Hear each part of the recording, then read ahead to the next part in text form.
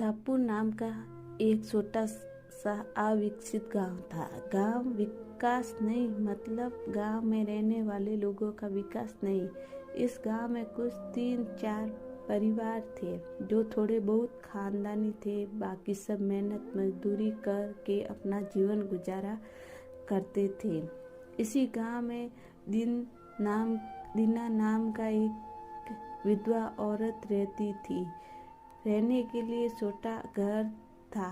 2 बच्चे थे, शायद एक 5 साल और दूसरा 3 साल का होगा।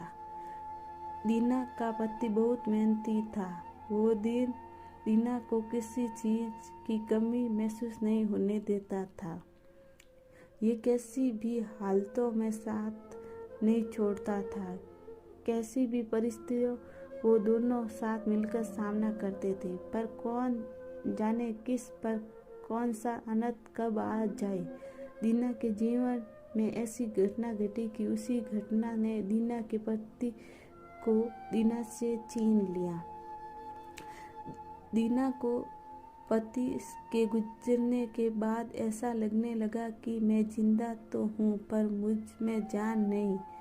परिवार चलाने के लिए अब दूसरा कोई नहीं था सिवाय दीना के।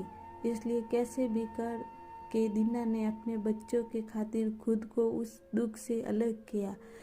कुछ दिनों बाद घर में जो था वो समाप्त हो गया। अब खुद क्या खाए और अपने छोटे बच्चे को क्या खिलाए, ये समस्या उसके सामने खड़ी हो गई। बच्चों के लिए दीना को अभी कुछ काम करना ही था। इसलिए दीना अपने दोनों बच्चों को साथ लेकर जहाँ काम मिलता वहीं जाया करती और दिन भर मेहनत कर जो भी मजदूरी मिलती उससे अपना और अपने बच्चों के पेट भरती थी। ऐसा ही समय बीतता गया और चलता रहा। लेकिन एक दिन दीना को शरीर में थोड़ी कमजोरी महसूस होने लगी।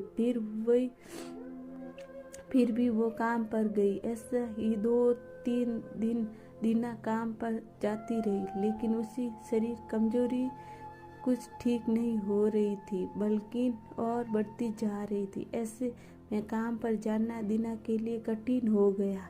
दीना बहुत चिंतित रहने लगी। अगर काम पर नहीं गई तो मेरे बच्चे भूखे मर जाएंगे।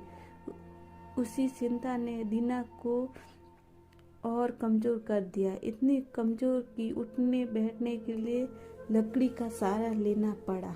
इस कारण उसके बच्चे भूखे मर रहे थे। खाने को कुछ न मिलने के कारण और अपने बच्चों को भूखे मरते देखकर वो लकड़ी की सहायता से आज यहाँ से कुछ मांगा तो अगले दिन दूसरी और कुछ मांग के अपने बच्चों को खिलाती, पर खुद भूखी सो जाती। ऐसे ही एक दिन वो खुद जा न सकी थी, इसलिए अपने बच्चों को समझाया कि खाने के लिए कुछ मांगने के लिए गांव में भेज देती हैं। कुछ समय बाद बच्चे 2 चपाती और थोड़ी सब्जी लेकर लौटते हैं। 2 चपाती से 3 जन कैसे तृप्त होंगे, इसलिए वो 2 चपाती दोनों बच्चों को खिला देती। वो बरसात का समय था। बिजली न होने के कारण घर में अंधेरा छाया हुआ था। अंधेरे में वो अपने बच्चों को एक कमरे में सुला देती और वो दूसरे कमरे में जाकर सो जाती है। रात को तेज बारिश होती है और बिजलियां जोर से कड़ाती हैं। दीना को थोड़ी आराम मिलती है, इसलिए वो गहरी नींद में पड़ जाती है। ऐसे में दीना को एक सपना दिखाई देता है। वो एकदम तंदुरुस्त हो गई। काम पर जाती हैं, सोचती हैं अपने बच्चों को काफ़ी समय से अच्छा खिलाया नहीं, इसलिए वो अपने बच्चों को लिए स्वादिष्ट खाना बनाती हैं। बाद में अपने बच्चे वो साथ में बैठकर खाना खाकर सो जाते हैं। आगे सपने में दीना ने देखा उसके बच्चे जिस कमरे में सोए थे उस कमरे का छत गिर उनके दोनों बच्चे मर जाते हैं। सपने में से दीना एकदम उठकर खड़ी हो जाती है, जान में जान आ जाती है और अंधेरे में ही अपने बच्चों के कमरे की ओर चल पड़ती है। कमरे में जाकर अपने बच्चे को देखकर दीना चैन की सांस लेती है।